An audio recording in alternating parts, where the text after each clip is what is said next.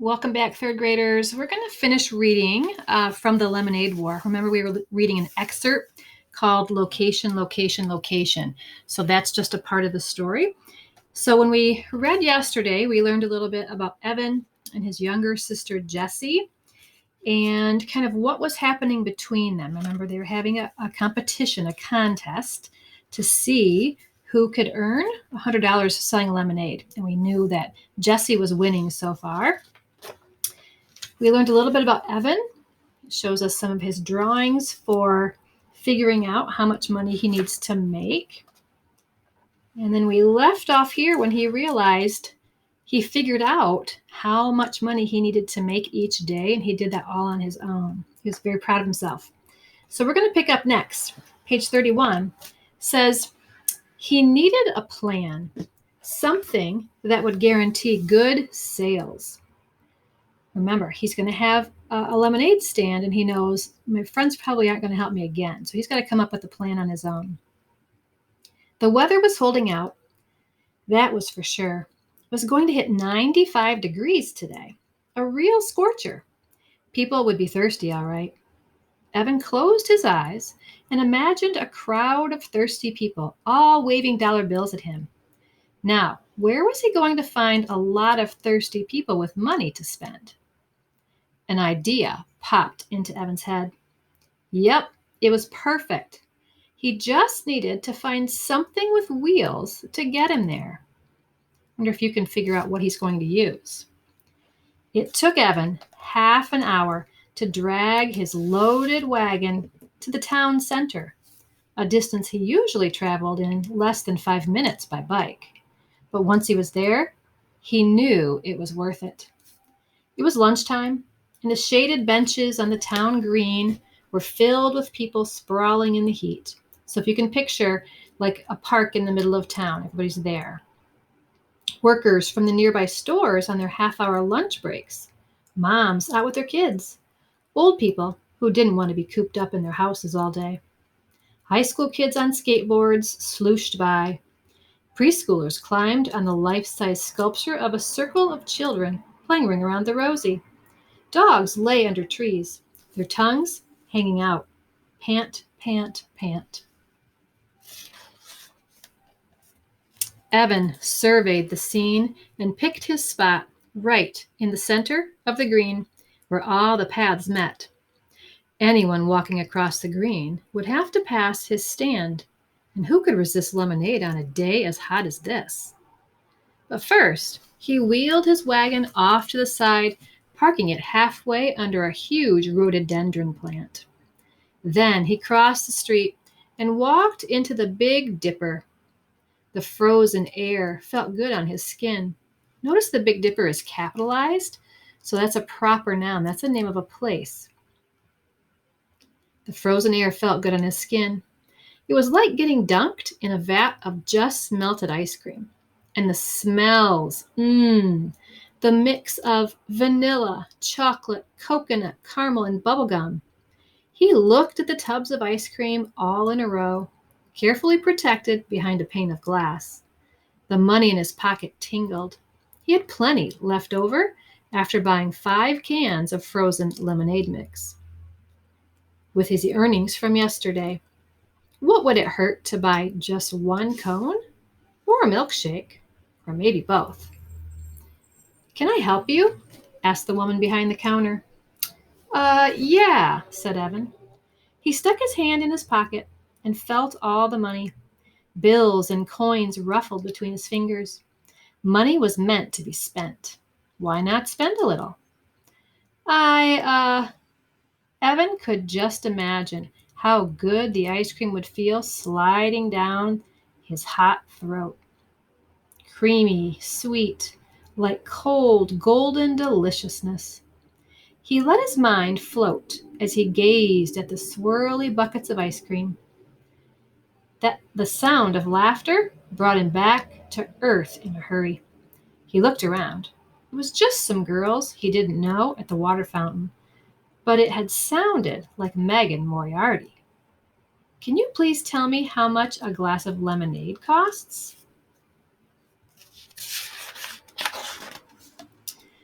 $3, said the woman.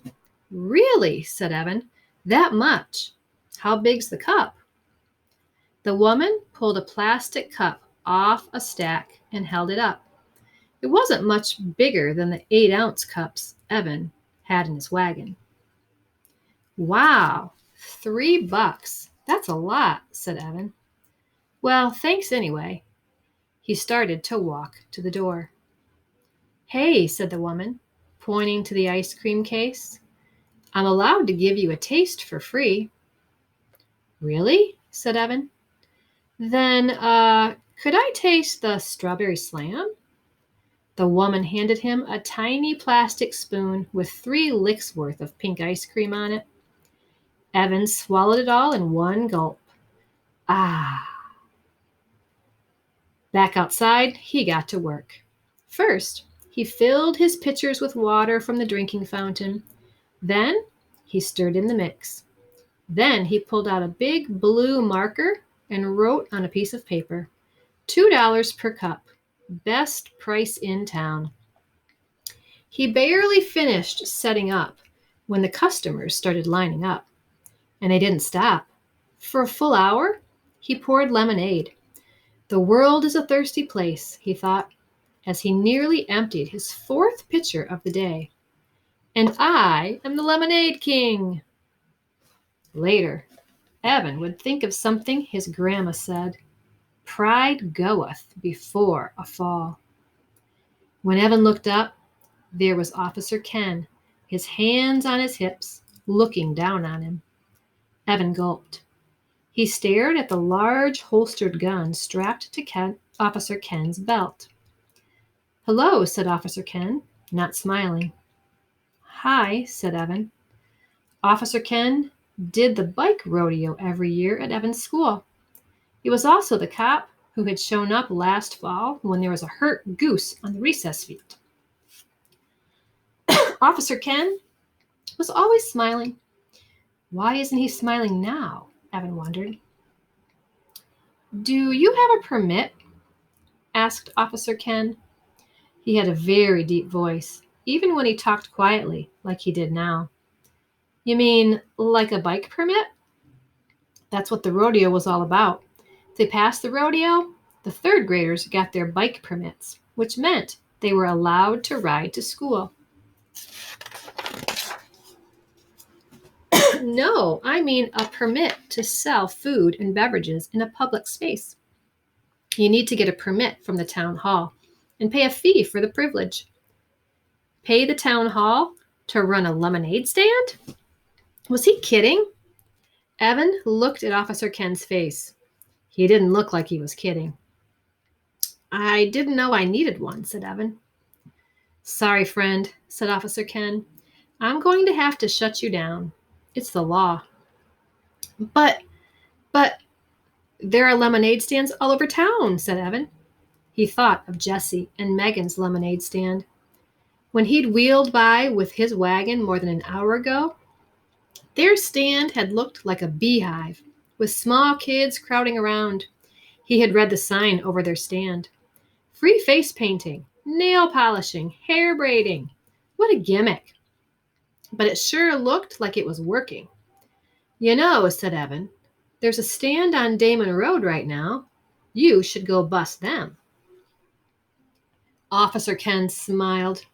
We tend to look the other way when it's in a residential neighborhood, so where people live. But right here on the town green, we have to enforce the law. Otherwise, we'd have someone selling something every 2 feet. But there had to be some way to convince Officer Ken. How could Evan make him understand? You see, I've got this little sister, and we've got a competition going to see who can sell the most lemonade. And I've got to win because she's... He couldn't explain the rest.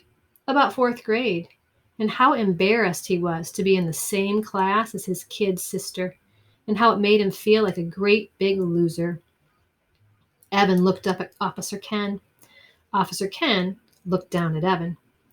It was like Officer Ken was wearing a mask, a no-smiling, I'm not your buddy mask. Then Officer Ken shook his head and smiled, and the mask fell off. "I've got a little sister too," he said. "Love her to death now. But when we were kids," Officer Ken sucked in his breath and shook his head again. "Whoo!" Then the mask came back, and Officer Ken looked right at Evan for 10 very stern seconds. "Tell you what," said Officer Ken, "I do have to shut you down. The law's the law. But before I do, I'll buy one last glass of lemonade. How does that sound?" Evan's face fell.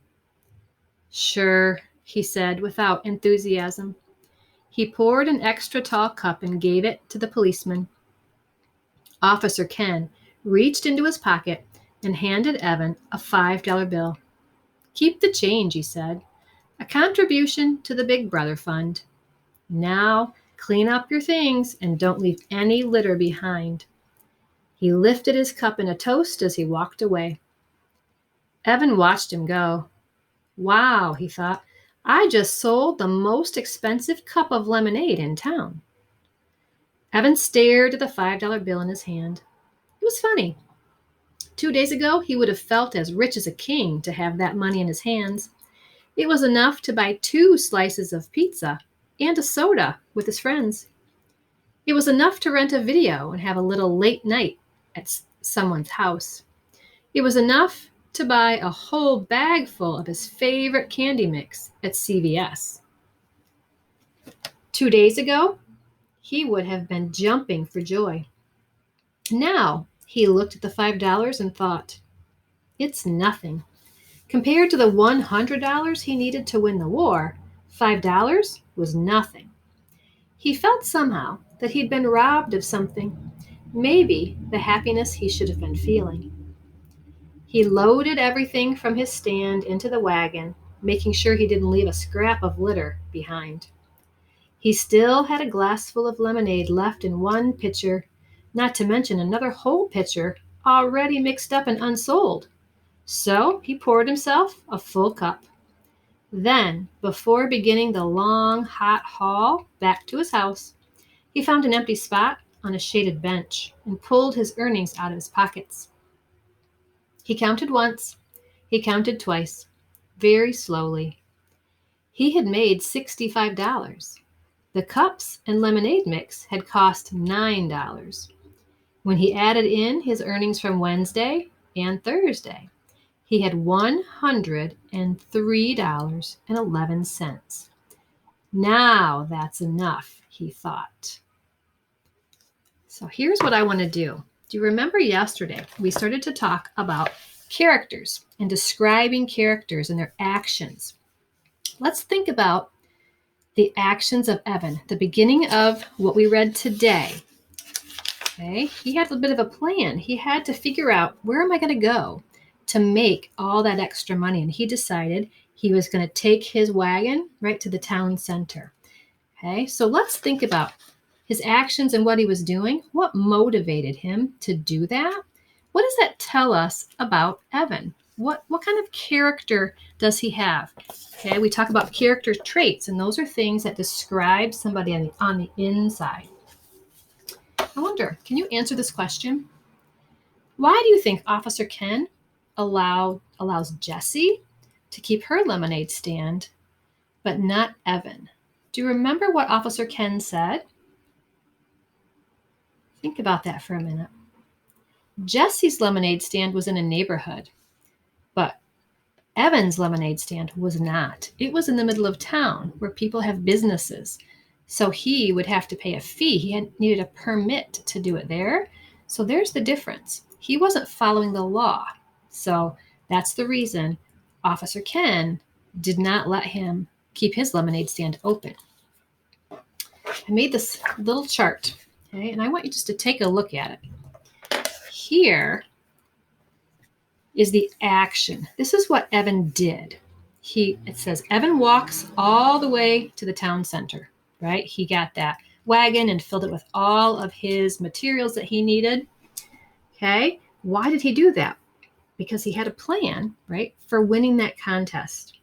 I'm curious, what motivated him to do this? What was kind of the driving force that made him walk all the way to town? Can you think about what's the reason he went all the way to town? Remember, it said it would take him 5 minutes on a bicycle, and it took him quite a bit longer when he was pulling his wagon.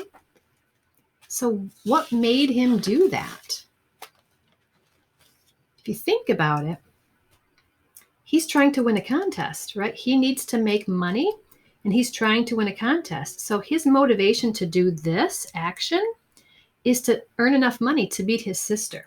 So I'm going to write that down. His motivation is he wants to earn enough money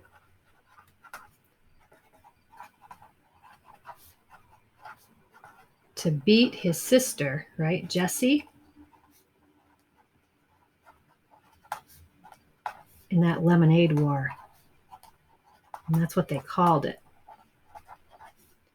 So that's what motivates him. That's what makes him walk all the way to town. So if you know he's willing to do that, what does that tell you? What does that tell you about Evan? What kind of a person do you think he is? If he's willing, right, to walk all the way to town to create a plan just so he can beat his sister, what does that tell you about him? I bet you're thinking Evan maybe is a competitive person. Maybe some of you are competitive. Maybe you like to win. Okay? So maybe he's competitive. What else does that tell us about Evan? The fact that he's motivated to walk all the way to town. He really wants to win, right? So it's important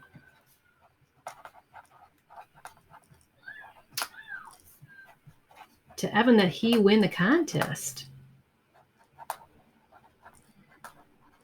And I think it's really important that he beats Jessie.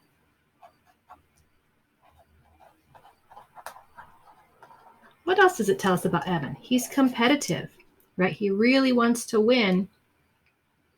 Can you think of anything else that would describe what he's like on the inside? Competitive. Maybe he's willing to work hard, right? It's a lot of work to drag that wagon all the way into town just to have enough money to beat your sister in a competition. So I think he's a hard worker. He's willing to put in, right, all that hard work just so he can beat his sister, right? So we're going to have to look more at characters and what their actions and their motivations tell us about them as a person. Remember, character traits are the way we would describe somebody on the inside. All right. So tomorrow we'll do a little bit more with this story, and then we're going to start a new one that I think you'll really like. All right. So if you would like to go back, you can reread or rewatch the video so you can hear the story. You may even be able to get into the text collection yourself. All right. So I hope you have a great